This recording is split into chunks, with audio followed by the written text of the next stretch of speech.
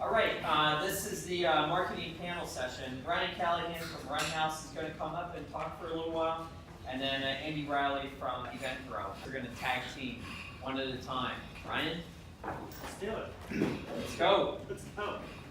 Hey everybody, I'm Ryan. I'm from Runhouse. This is our company.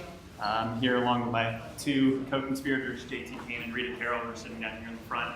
Runhouse, we're a brand marketing and event production company, but we focus on the running space, primarily with races. And today, we're going to very quickly, because I understand we've got about 20 minutes, I'm going to try to get through this as fast as possible, so pardon me if we blow through a lot of this stuff, but I'd rather do some Q&A, and then also we'll be at Morgan's Pier tonight, so if anybody wants to talk afterwards, I'd love to go a little bit more in depth to answer some of your questions. So we're talking right now as your race as a product, creating activations and selling your advantages. And this is going to be a big theme that we'll come back to, is thinking about your race as a product, beyond just thinking about your operations, beyond thinking about just your marketing specifically, but thinking about what makes your event compelling and what kinds of activations are you doing or could be doing to make your event a bit more compelling so that you can sell and get more participants. So just super quickly, a lot of you, if you're in this room, you're probably familiar with this, right? Starting in 1990 through 2013, crazy growth in the race industry, topping off and then declining slightly over the last couple of years. The only reason really to show this again is to just lay this context of we're now in this interesting time where there's still a ton of runners out there running, but the field has gotten a lot more competitive because we can no longer just count on 10, 20% race growth every single year because there's tons and tons of runners and new runners coming on board. The other thing that this doesn't show you is that races have been increasing. I think they finally flattened out within the last year or so, but races were going up while participation was flattening, further increasing the amount of competition that we as race organizers and marketers are facing when trying to sell our runs to people. So what's the new landscape? What is this world that we're now in that's very different from a couple years ago? Event experience is critical. So everybody talks a lot about experience. I'm sure if you guys have sat down and talked through your races and thought about, hey, how do you make our race better? I'm sure the word experience comes up a lot. It's not a super complicated word, but I do want to demystify that a little bit and try to make it tangible. Like, what does experience actually mean? What are participants looking for when they sign up for a race? What kinds of things can you be doing to increase that experience to make your race stand out more? So the big thing is rethinking the distance cost state cause equation. So for the last couple of years, people have come to us and been like, hey, we need to tell our story better.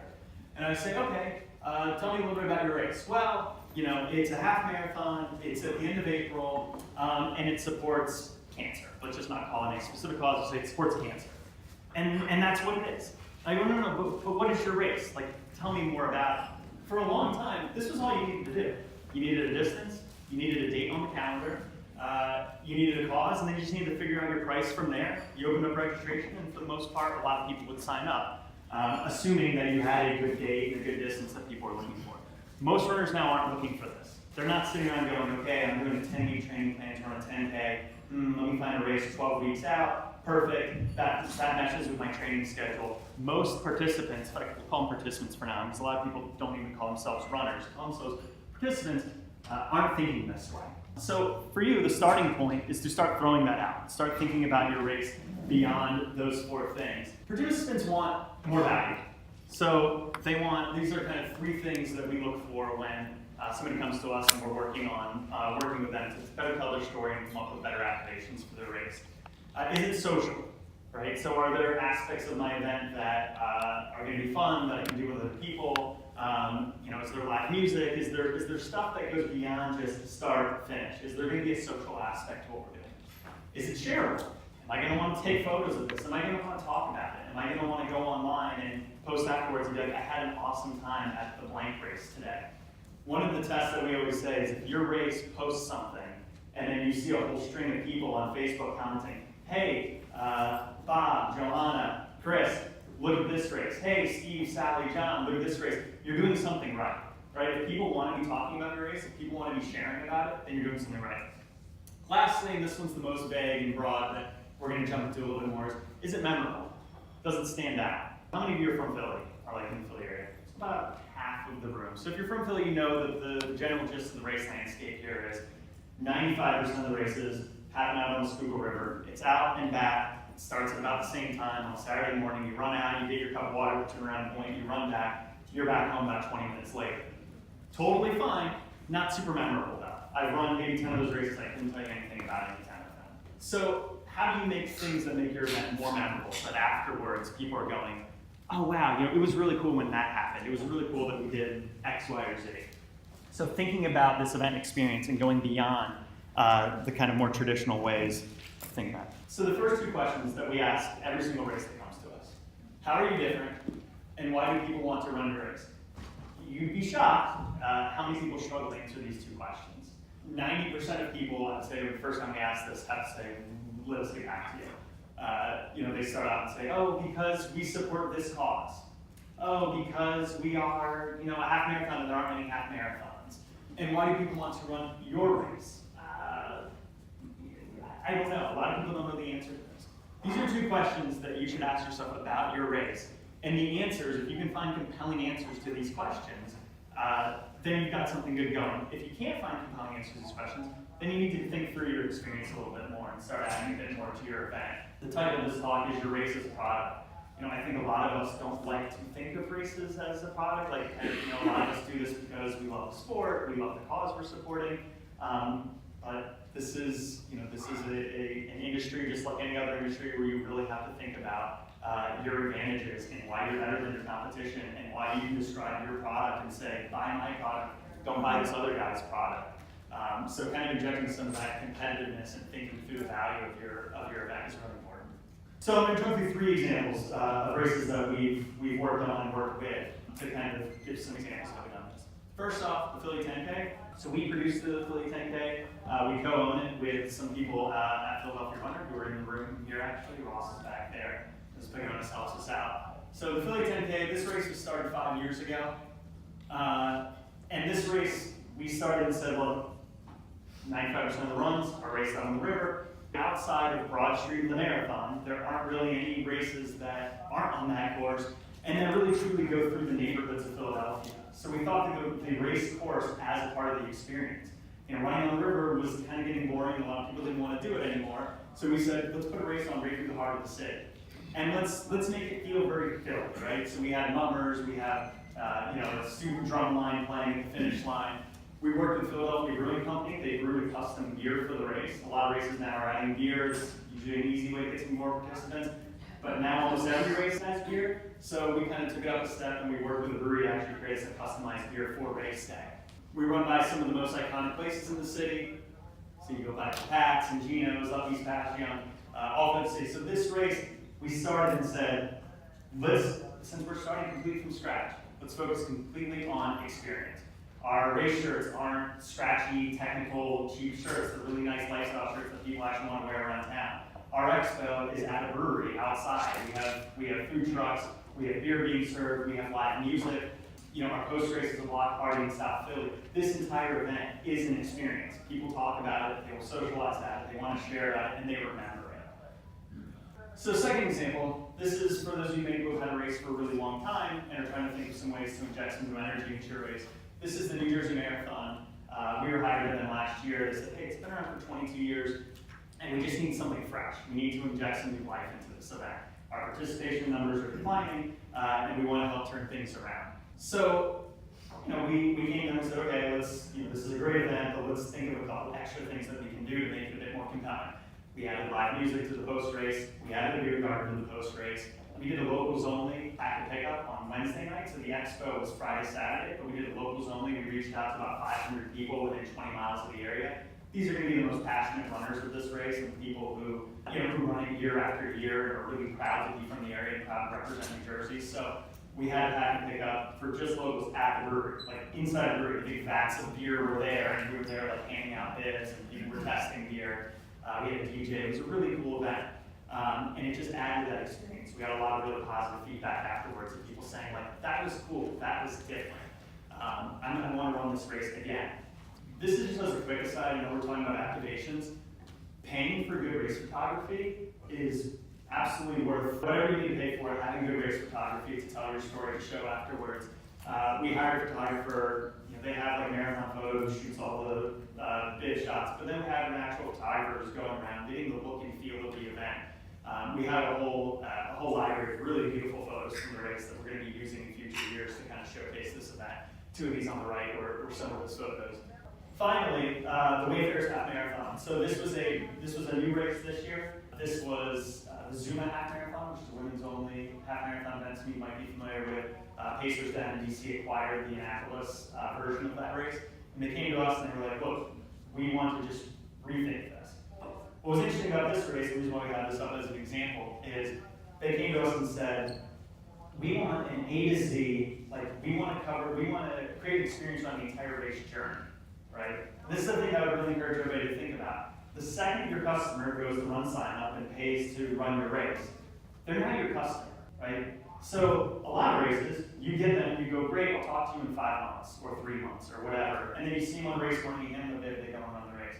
But during those 4 months in between, they're a paying customer of yours. So what can you do to create a better experience, to have better touch points with that? So with Wayfarers, what they came up with was everybody got a backpack. That was the premium giveaway. It was a nice 4A backpack. So we created a founder's pin. So everybody who signed up for the race got a pin for the first 2 weeks since it was a new race. That got a lot of buzz. You got a little pin for helping support the race get off the ground. Then they did things like they had a book club. So 2 months before race day, 2 months after registration, they had a book club. And they brought the author in, everybody sat down, read the book, that month and talked, and then they each earned a patch for going to the book club. They did a trail cleanup event, where if you came, you cleaned up the trail, and they did yoga afterwards, they had live music, pretty light lift. They worked with, they're a retailer, so they worked with one of their stores to help put it on. And then once you actually got through race day, everybody's already come there, already feels like they've been participating in this event for months. So I put this one up here because I think that's a really interesting way to be thinking about it. We often think, okay, how do we make the experience great on race day? But looking outside of that, how do I make the experience great in the way I communicate to my runners, in the things that we do leading up to it, and the things we do after the race? They're putting on an event a month from now. The race was 2 months, it was a month and a half ago. They're putting on an event a month from now for everybody who ran the race.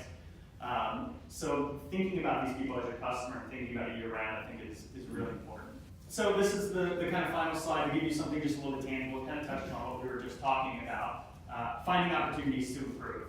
So here's some areas: lead up events and communication. That's like what we just talked about with Wayfarers. Bid pickup. So again, for the 10K, we do our bid pickup at a brewery. We create a really fun experience, and people feel like they're getting a lot more value for the money because they're not just going to a sterile convention center and being, solicited with tchotchkes and chapsticks and whatever.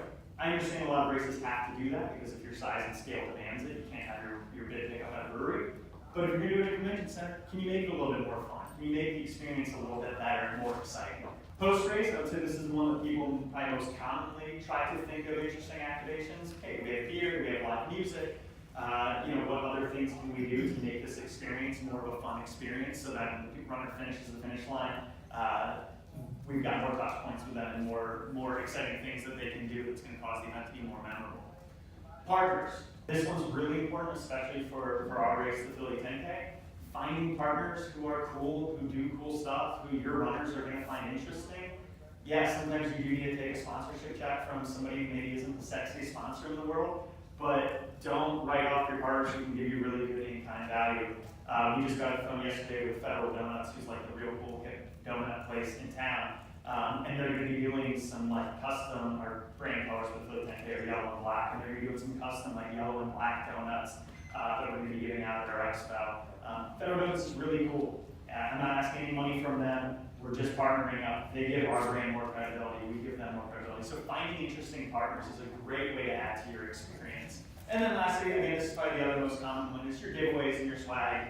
Just thinking through that a little bit more. Obviously, people really care about medals. They care about the medal design, putting some thought into that. I think putting thought into your race shirts is an interesting place where you can get creative. Find a nicer shirt. Try not to plaster it with tons and tons of logos. Make a shirt that people actually want to wear. I see Philly 10K shirts around town all the time, and that's just walking advertisements for us that are potentially more valuable than all the plastered sponsor brands that I could potentially put on the back if that's what we decided to do. So get in touch. Hello at runhouse.com, at runhouse on social media, runhouse.com. Yeah, go check out our website. You guys can talk to us. We'll be around tonight at Morgan's here. Always willing to spend a few minutes talking off the clock if you have just some random questions or need some help talking through your event. So, thanks, everybody. Hey guys, my name is Reilly. I help event directors and event marketers get more customers through online advertising. Today we're going to talk a little bit about Facebook ads and a lot of the different digital ad options that we have out there. I'm also from San Diego. A little bit about me. I've been in the endurance industry for a while, not by choice. My parents have been in it for a very long time. And at first, I wasn't really a huge fan of running. It was always seen as punishment. I was a baseball player. Played in St. Louis, played in college, but I really quickly after college started to love the sport. I did an Ironman, I've done Boston, a couple other races, and jumped on a pain train. I worked at I won't name the name of the registration company for several years, and I got a chance to help grow some pretty big events at the time. Spartan Race, the Color Run, and a couple other different races. And then I actually left that company and started consulting for different events and really helping them with their digital advertising. And during this time, I actually bought another company and had to learn how to run Facebook ads myself because our company was going to go into the ground effectively. It was a print magazine, and so you guys all know how print really is doing. But that's a little bit about me. So I'm going to kind of go through this quickly. It's a little bit of a longer presentation, but I'm going to compact it. So here's what I'm going to do. I wanted to make sure you guys could leave here with something today you can take home. You can go ahead and use this system that I built. This is really a base of the system, and you can apply your event and what's great about your event into this system so you can be more profitable with your Facebook ads. And so you guys can read this up here, but this is effectively what I want to do. I want to break down these 4 steps, and I want you guys to be able to take this home, and here's kind of the agenda that we're going to go through. We're going to go through each step, and then I'm going to ask if you guys have any questions at the end. And one thing, just so you don't have to furiously be writing things down, you can go to this link right here, and you can download the slides from this presentation. You can download what I found to be the most profitable custom audiences in Facebook. And then if you guys want to book some time with me, it's free. Just either grab me here, or if it's easier when you get home, you can book some time with me and we can chat a little bit more about your guys' business. I'll also make a shout out. Andy has a podcast where he interviews other people in the endurance industry, and it's fantastic. Thank you. Lots of really cool ideas pop out.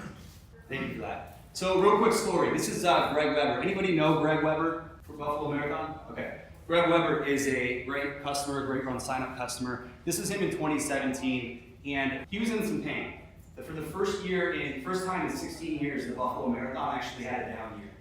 And it wasn't just a down year, it was a 1,200 to 1,300 people down year. Everything benefits his nonprofit organization, the Buffalo Marathon, and he actually just became the race director only 3 years before that. So the story was for him is he had to explain to his board members why numbers were down 12 to 1,300 people, which led him to essentially going to Running USA, a conference that I definitely encourage you guys to attend.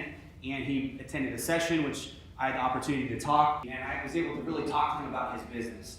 And one of the big things that he did is after we started working together, he started to look at his marketing budget differently. We both did. And we started to shift what was kind of a traditional budget in print and some local media, and we shifted that towards the 2 platforms that I believe you can get really the best return from, and that's Facebook ads. So fast forward 1 year, and you can see some of the numbers up here. And I don't put this up here to brag. I put this up here, guys, because we literally shifted his entire budget, or most of his budget that was going towards non-digital stuff, and we spent about 50% to 60% of the budget on Facebook ads specifically. And I'm going to show you why we did that and some of the ways, a 4-step program that you can kind of take home.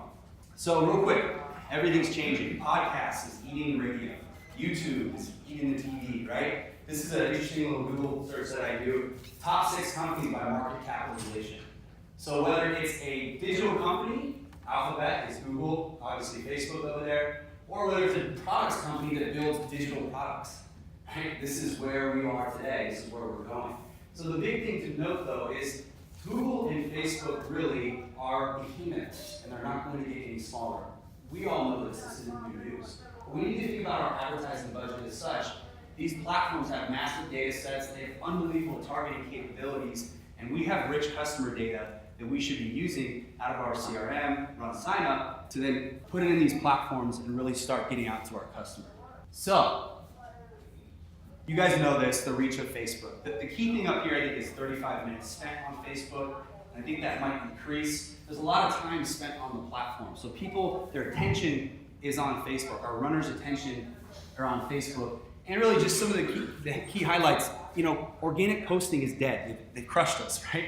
It's less than 1% of our posts are hitting out. So why Facebook ads? Well, because unless we're actually putting money behind our posts, nobody's seeing it anyways. So we actually have to run Facebook ads if we're on Facebook and we want people to see it. So first one, goals and measurement. So really there's 3 things every marketing campaign is going to need, regardless of Facebook, but especially with Facebook. You have to have an objective, you have to have a goal, and you have to be able to measure it. This is so critical, and I see this a lot, is we can't measure what we're doing with marketing. It's a huge, huge issue. So the first thing is we have to set an objective, right? And Facebook asks us, they actually ask us, okay guys, what do you want to do? It's the first step in a Facebook ad. And we have to tell them what we want to do because Facebook actually optimizes for whatever we're asking them to do. For example, if we ask them for conversions, we're asking them for sales. So what they're going to do is they're actually going to show our ad to people that have a higher propensity to buy from us, which means they might send it to less people, reach, likes, but we might get more sales from it. If you look at like traffic or engagement, we're asking them to do something different. So they might, if we do traffic, they might put it in front of a lot of people. For Facebook ads, I like to run conversions about 80% of the time. The rest, we're running traffic. We're trying to get out to cold audiences and then retarget them. But for the most part, most of the clients we work with, we want to run conversion campaigns. We want to run sales campaigns. And we will allow the Facebook posting and the boosting of posts to be the engagement, to be the conversation. This is what drives sales up here. So that's kind of where we stay. The second thing is we want to set a goal. This is obvious, right? Here are some baseline goals. When we first started, we were just trying to make our money back. Right? We were just trying to like break even. And that's actually an okay place to start. Okay, because you're acquiring a customer, they might have some lifetime value. That's okay, but set a goal for yourself. Set a benchmark, start somewhere, and then start to build from there. And we're going to talk about some metrics and things that Facebook allows us to have. And then the last thing is measurement. This is so important. And this is the reason it's the first step in the formula, because you have to do it first in order to have success. I mean, imagine if we wanted to run a race and we, along the way, never timed ourselves. Right? We never said, wow, here's how I did it. Or if we wanted to lose weight and we never stepped on a scale along the way, how do we really know? We don't really know if we're progressing, if we're getting better. So we have to be able to measure it, to improve it, and it's such a big part of it. So what are the things that we have to be able to measure in Facebook? Well, here's the data Facebook gives us. They actually give us a lot more than this, but I'm breaking it down to some base information. It's how much did we spend? How much did we get back? How many people registered, or what's called purchases? How much did I have to pay Facebook to get a purchase? And then the metric that I love the most, because it gives us a lot of information about how we're doing in our advertising and the health of it, is the return on ad spend, which in marketing is ROAS. You see a lot of these acronyms. I try not to use them. And so this is kind of what it looks like, is very simply in the platform. This would show the event. It would show these 5 metrics, and you can create these reports in there, and it's going to give you that information. Like I said, there's a lot more information. This is what you have to have, what I call the marketing report card that we do with our clients every 2 weeks. So that's step 1, goals and measurement. Optimization. Facebook helps us optimize, and really it's how do we do this? We have to have the Facebook pixel set up. You have to have the Facebook pixel correctly set up, or else none of this works. None of this works. So where does it need to be? Everywhere. Registration page, website, your whole sales funnel. Right? And RunSign allows us to do this very easily, easier than any other company I've worked with. So we have to have that pixel on every single part of our sales funnel in order to do this first step and measure. It has to be there. It's imperative. So just to kind of go through a summary on that, guys, it's set an objective, create a goal, and make sure the pixel's set up. So it's targeting. This is the step 2 part of it. There's so much stuff in Facebook, and this creates kind of an issue, right? There's like 9 million buttons that you can press, and it can become very cumbersome. What do I do? Do I target half marathons versus running events? Do I target this area versus that area? There's a lot of different information in there, which creates complexity, which if we don't understand it, that we might not be able to utilize it and leverage it. And then we also don't know what's best if we're not testing and we stay away from it. So what do I like to do? I like to keep it simple. Start with your most profitable customers first, before you go into all these fancy targeting options. All these different things we can do in there. Start with your most profitable customers first. If you think about your most profitable customers, they're already at step 2 or 3 of this journey. In fact, a lot of them are already past subscription step. If you're doing all this interest targeting and you're talking to a bunch of new people, I'm not saying that's bad. What I'm saying is they're at the top of this. They need more marketing messages to get down to the bottom, which is going to cost more money. I'm not saying don't do it. I'm saying if we're starting in a profitable place, we're going to talk to the people that are at step purple, subscribe, or below. And those are our customers that we've already been talking to that we already know. So one of the most profitable, if not the most profitable activities that Facebook allows us to do is retarget. And really just any Google retargeting, any retargeting. And it's the idea that we're talking to those warm leads, right? They have a higher propensity to buy from us. And that data has been backed by every platform and company out there, right? So why not start there and then work from there? So retargeting, how do we do this? We use the custom audiences tool. It's a fantastic tool, and I'm going to show you guys I actually wrote a blog post on it. It's on the link. It shows you how to create some of these audiences. But this tool allows us to retarget, effectively retarget to get to our warm leads to create profitable ads. And so what are those audiences we should use? Well, these are our most profitable ones. If you guys are happy to copy these and use them, I encourage you to. And I also encourage you to test and trust your data. Now, I'm giving you these as ours. We've worked with several different events, but I encourage you to create these and then test, because your data is the right data. Your data is. In combination with other people's data, you can make decisions, but your data should make your decisions. But these are true and true. We use these all the time. The first one you could get from RunSignUp, you could even parse it and say, loyalty customers, email list, Facebook. Now we're going to talk to our loyalty customers first. Then you can say, okay, customers have done the event twice, right? You can start creating these lists of customers that then you can target ads to specifically.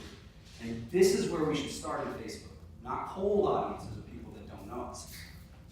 The first 5 are all retargeting audiences. The next 2 are lookalike audiences.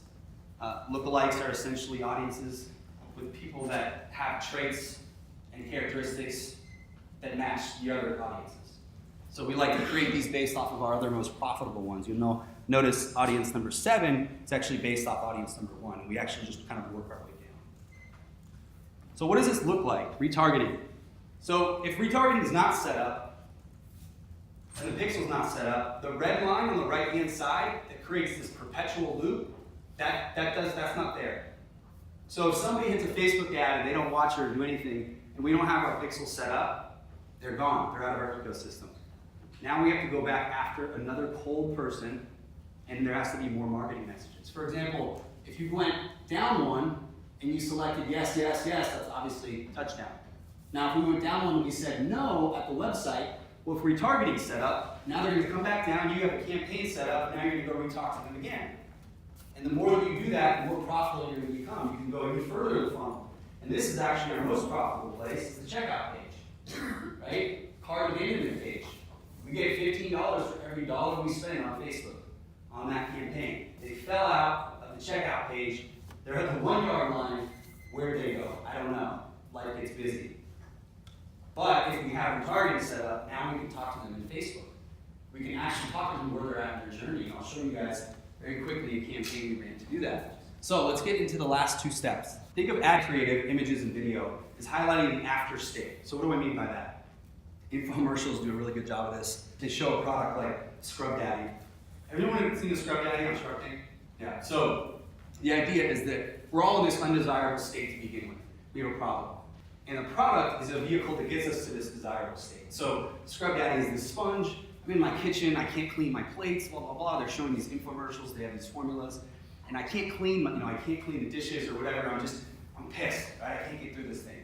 Enter Scrub Daddy, and all of a sudden it's this sponge that hardens when it's like wet, and then if it's hot water, I think it turns kind of like malleable. They start moving in this, oh my gosh, I cleaned the thing, and I'm in the kitchen, and I'm so happy, and yes, right? And that's the after state. And the product is really just getting them from before to after. So what this looks like is, what we should be focusing on is the after state for the customer, right? What's the natural after state, desirable place, finish line? It might not be the start line when they're like this, and everything's very intense. I don't know. I just know that that's definitely a desirable after state. And so we want to be able to highlight that place. This is the color run over here. People are just jumping on trampolines. They're happy, right? This is the type of ad creative that gets people to want your product, because your product essentially is taking them to that place. So that's the images and the video. You can also see contrasting colors work very well. You know, you don't have to have super bright stuff, but you can take some contrasting colors and use those with your images. And then I would use no text. You can use 10%, I believe now is the rule, but I would use no text in images. I would use the ad copy for the text portion.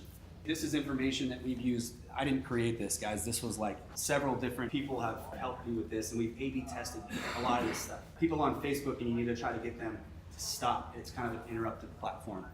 So what are some other things that you can use? Well, discounts with expirations. This is obvious.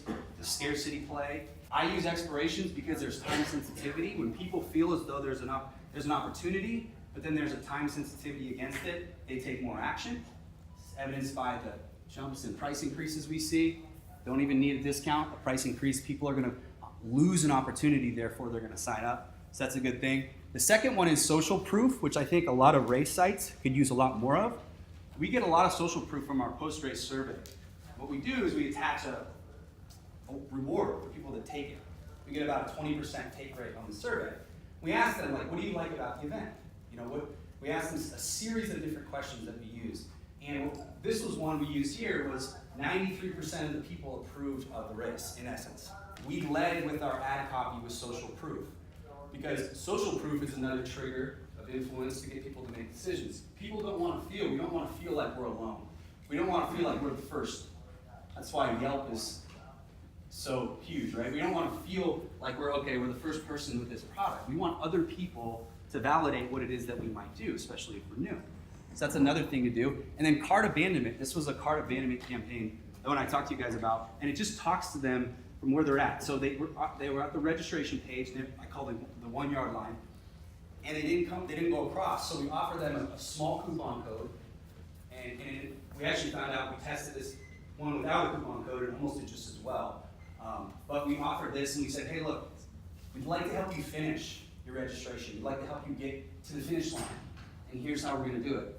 So we talked a little bit about these different tactics that you can use, and we use these. We set a schedule, and we start to lay out these campaigns well in advance, and we use these 3 tactics in most all of our campaigns in our ad copy. We help bring them along the way.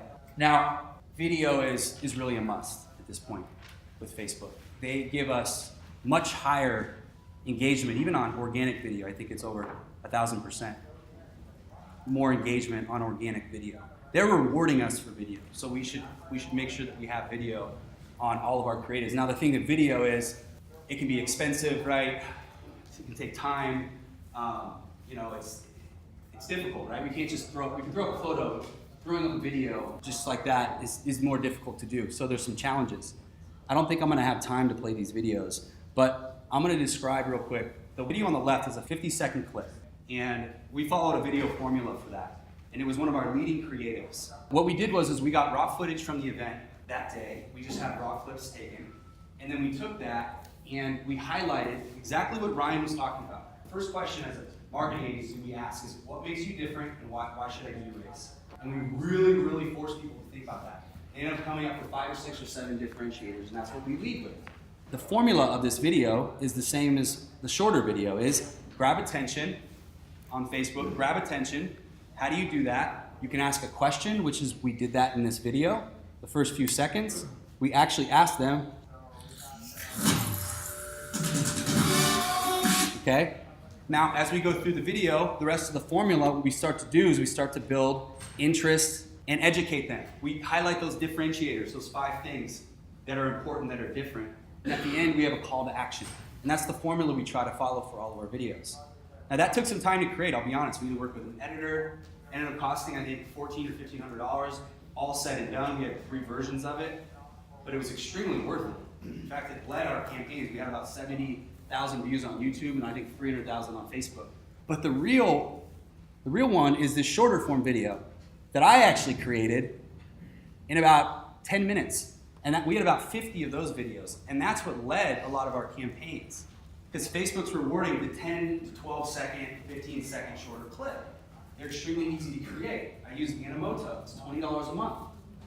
Upload raw footage into it, they allow you to do transitions, they allow you to put text over the video and a call to action. Export, 10 to 15 minutes. Extremely easy. We created 50 plus videos of these types of videos, and we let our ad campaign do these. And this is the formula that we used. We almost exclusively use video. Almost exclusively, because Facebook gives us that data. Why would we do? We don't not post photos, guys. It's just that when it's ads, when we're putting money towards it, we want to give Facebook what Facebook is telling us that they're going to show in front of more people. So the last step, as I get to the finish line here, so the last step is just some house cleaning items on Facebook. Optimization is really important. Bob talked about this. You want to exclude people that already signed up for your race from every single Facebook ad that you put out. Every single paid advertising on Facebook, you want to exclude the people that signed up. So what we do is we create a custom audience, we name it people that have signed up for our race. We take the data from RunSignUp, we upload that. We do that pretty regularly. In fact, we do it every week. We make sure we definitely do it after a big surge in signups. And then we exclude that from our campaign. So when we go in and create an advertising campaign, it asks us, hey, do you want to exclude anybody from this campaign? And we make sure that that's a part of it. And a lot of times you can't do that with boosted posts. There's a lot of limitations with boosted posts. I'm happy to talk about that after. That's a big one. So this is kind of what it looks like. Very simple exclusion. The other thing is ad spend. My recommendation is to do $5 to $10 per day. And that was recommended to me by one of my Facebook coaches, which I still work with very closely. And it's allowed us to scale campaigns more effectively than doing a $600 block of money towards an ad campaign. It's allowed us to scale up and scale down more profitably. How many campaigns do you run simultaneously? For one event, Yeah, for one event. depends on where it's at in the season. So let's say it's a half marathon and it's 6 months out. We have probably 4 campaigns running. And you're splitting the $15 through the 4 campaigns? Each campaign has a dollar amount. $5 or $10. Right. Right. Yeah. And then the retargeting is running all year. Yeah. So the cart dropouts, retargeting, that's running all year. Right? We just have different ads that talk to those people. But why not run that all year if that's just filling up? The other thing is, let it run for 5 days. You guys, if you kill it before 5, some of our most successful campaigns have been when we allow it to mature, because once we start to get more data, then at that point we can make a better decision. But it's tough inside of 5 to get enough data. And then audit the Facebook pixel. We're happy to do this for you. And I'm sure that the team at RunSignUp is really good at this as well. Audit your Facebook pixel. Make sure that it's firing correctly. There's a Chrome extension called the Facebook Pixel Helper. And you can install it, and it'll actually tell you if it's installed correctly by showing green, and if it's not, it shows red. So make sure that that is up there correctly. So in summarization, guys, this is the 4 steps, very base steps to take to be profitable with Facebook. And once again, up here, guys, is how you can download the presentation. If you want those audiences and the blog post that I put up, it's also on that. And then if you guys want to book time with me, you can. If you have questions, let me know. And thank you guys for giving me the time. And Ryan will come up and open it up for questions. I wanted to ask one question and provide an answer because it's going to come up relative to your Facebook ads. So what happens is that you run a Facebook ad and you have that pixel, and what Facebook does is they do very generous attribution of that Facebook pixel to that registration. So if you've clicked on that Facebook ad, but then 20 days later you go back and sign up, they still attribute that to that ad. The RunSignUp Race Insights does attribution based upon the click. So if I go from the Facebook ad, click on the Facebook ad to RunSignUp and sign up, it's counted there. So what you'll see in Facebook is that you had 50 registrations, and in RunSignUp you'll see that you had 25 registrations. And the truth is actually somewhere in between, right? So anyway, I wanted to clear that up because I know we'll get questions on that.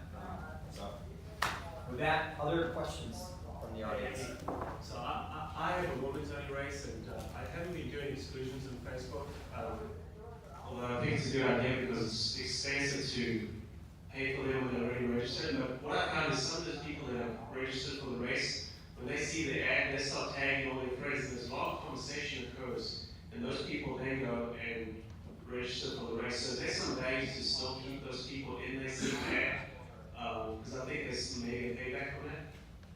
So the question is, should I exclude people because? Or should you not? Should you not? From what I'm seeing. Because if you don't, then you could get that extra social proof from like the engagements and shares. Yeah, because they register and they'll say, hey, I'm registered for this race, Martha, Mary, Jane, all that type of stuff. And I see this long conversation getting created out of that, even though they've registered for the race. It's a good question. I don't know. I haven't been able to test that. I don't really know the answer to that question because I think on one hand, I guess you have the social proof and what is that worth?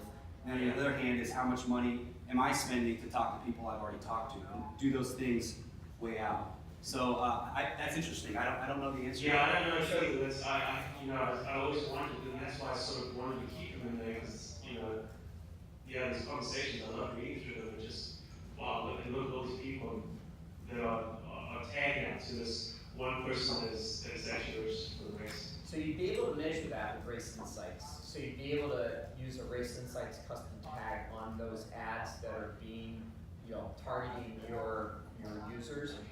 The other thing I would suggest is to use either referral rewards or swag rewards to kind of use that ad to incentivize those people to really make sure they do share, and then you'll be able to track that as well. And you do that over a period of time, you'll get some data, and then you can present next year, okay? So obviously it's changed for different events, but what's the formula for setting a marketing budget? Do you do it for, hey, I want 100 people show up, 1,000, 20,000, and also you adjust as you go along, but you must have a formula that you go out and say, we're going to spend 5,000, 10,000, 15,000 on a marketing budget. You're talking your overall marketing budget, or you're talking about your social budget?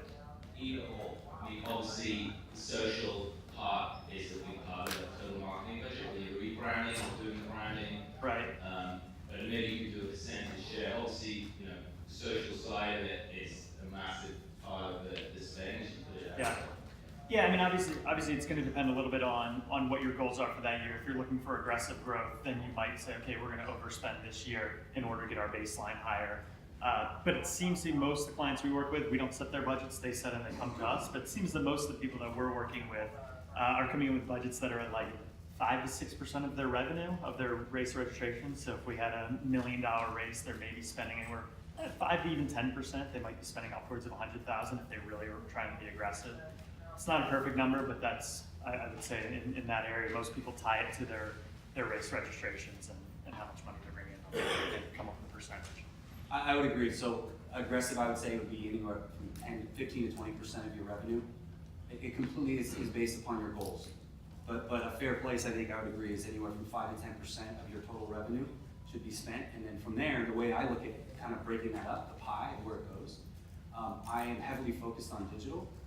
Those two platforms, Google and Facebook, are probably anywhere from 60 to 70, maybe even 80% of our budget. And then I relegate the rest for, and by the way, I'm not considering budget towards email marketing. I'm talking about paid advertising. So who are we paying to bring us traffic? In terms of the other 20 to 30%, I relegate that for local partners or partners that are endemic, whether it's like a race calendar or whether it's different partners that have worked for that company in the past, whether it's podcasts or things of that nature. We're starting to test podcasting out as some of these podcast audiences build and the attention shifts over there. So most of it is Facebook and Google because of the retargeting capability, and that allows it to be more profitable for us. Do you have any advice on how much is too much? I mean, can you oversaturate these people's feeds so like I just don't want to see that ad again? Yeah, you can. There's a metric in Facebook called frequency, and if they're seeing the ad a lot and they're not actually responding to it, then the relevance score will drop. The relevance score is essentially your Facebook saying how relevant is this. Maybe a lot of people are seeing it, but not a lot of people are doing anything with it. So you take a look at those two metrics, and that's when you're looking at your ads, you have to go, okay, what's going on here, right? There's a lot of people seeing this ad, but they're not doing anything with it. Is there something wrong with the offer? Is the creative wrong? Like, do we need to test some things out to see what's going on here? But you know, at the same time, sometimes people need a few touch points. So I wouldn't say it's typically bad. I'd say it's bad when your relevance score is low. When you have a 3 or 4 relevance score, that tells me something's wrong. People really aren't engaging or watching that video. How do you work with sponsors and partners with their Facebook ads to coordinate and make sure that you're not either oversaturating or undersaturating with your partners and your sponsors for ads? For ads, the sponsors are really allowed and rely on us to be able to give a cohesive message with whatever campaign we're running with them. They really rely on us to reach out to our list. So I don't know if I fully understand your question. Are you saying is there an overlap in audience there? Yeah, how do you leverage that so that you're not oversaturating the market and being able to use their database and also get signups through your sponsors or your partners? Like, sorry to clarify, Wendy, is your, like, the title sponsor for the marathon, are they running ads also? And then you're running ads and you're trying to ensure that you're not, like, sorry. No, that's. Well, we provide them a schedule, and then we ask them to repost, so that broadens the reach, generally. I think that's fine. I think if are they running ads or are they reposting? Because those are two different things. Like, Do a little bit of both. okay, so reposting's great. All day, I would do that. And now, if they're running advertising campaigns, paid advertising campaigns, like the one I was talking about, I would sit down with them and I would figure out what our message is. I wouldn't be worried about overlapping audiences because usually, I mean, the metric is 7 to 10 touch points to get a sale. That's typically how many times people need to see something to buy. So I wouldn't worry as much about overlap as I would about messaging and timing. Price increase comes out too early and they send it a week later. That actually looks worse, it's incongruent, versus am I gonna overlap? Because you wanna reach as many people as you can even if you do it 2 or 3 times. The question I had is, you spend a lot of time on Facebook, and obviously maybe the most profitable customers you mentioned, but how much time and research do you put into Instagram, Snapchat, other areas where the younger population is spending, you want to get them into the running community? Yeah, I mean, so we may have different answers on this. I generally tend to think of Instagram as being a brand building place. It's where, you know, we spend a lot of time on Instagram and Facebook. We kind of equally break between the two, and those are our 2 biggest areas of focus. But I tend to think of Instagram as being like, this is where we show the cool behind the scenes, scenic shots, things that just make people like align and vibe with the event, whereas Facebook is a little bit more strategic and targeted and trying to really get conversions. Do you spend money on ads on Instagram? We do. Yeah. Yep. And what's the breakdown? Is it like 20/80 or something? Yeah, way more on Facebook than Instagram, for sure. When you create a Facebook ad, it actually, right within the platform of Facebook, allows you to take that very ad to Instagram. So you can actually essentially mirror your campaign on Facebook and on Instagram. So we do that for all of our campaigns. But to his point, overall, broader Instagram strategy is brand building. It should be less buy.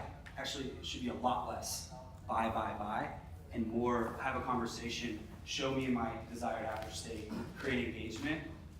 So it's a lot of blocking and tackling and laying out the schedule, right? Whether you're doing posts or something, being consistent and doing that. Whereas the advertising side is more through Facebook ads. And that's the nice thing is you just check a box and you add your Instagram creative and it goes, the ad on Facebook also shows up on Instagram. Thanks guys. Thanks so much.